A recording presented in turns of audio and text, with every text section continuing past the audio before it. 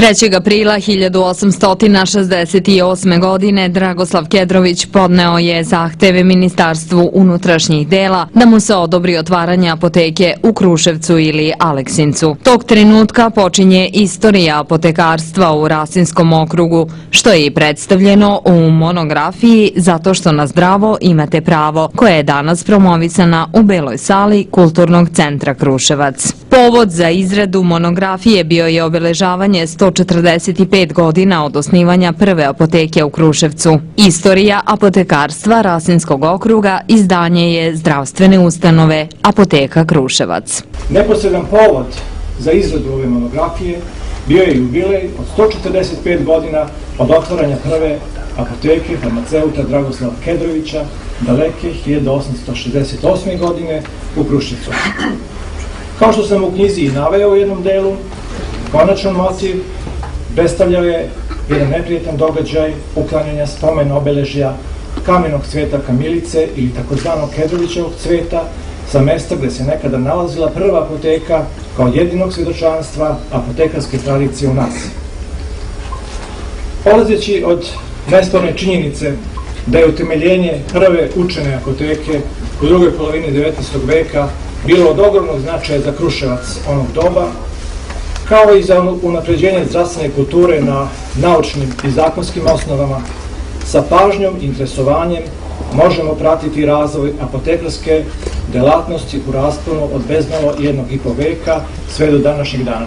Na osnovu istorijskih podataka koji su sastavni deo monografije apotekarstva Rasinskog okruga i na osnovu odluke Upravnog odbora zdravstvene ustanove Apoteka Kruševac, proglašen je dan ove zdravstvene ustanove 20. decembar, dan kada je prva apoteka u Kruševcu dobila dozvolu za rad. Direktor ustanove Miloš Obradović uručio je zahvalnice zaslužnim pojedincima, a pre svega gradu Kruševcu, zaslužnom za očuvanje simbola farmaceutske tradicije. U ime grada zahvalnice su danas primili gradonačelnik Kruševca Bratislav Gašić, zamenik gradonačelnika Siniša Maksimović i u ime Skupštine grada predsjednik Skupštine Živan Nikolić. Gradonačelnik Gašić i u narednom periodu očekuje dobru saradnju grada i zdravstvene ustanove Apoteka Kruševac.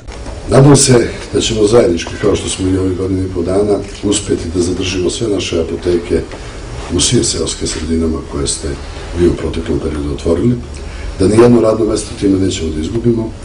Nadam se da će vaša galenska laboratorija da radi sad posle dobijanja certifikata još jače, bolje i više i nadam se da ćete, kao što ste i do sad bili primer u svemu, da nastavite to i da širom Rasinskog okruga budete prvi, a vi jeste stvarno prvi kad su pitanju apotekarske ustanove, ne samo u Rasinskom okrugu, gde ste jedini nego u celoj Srbiji.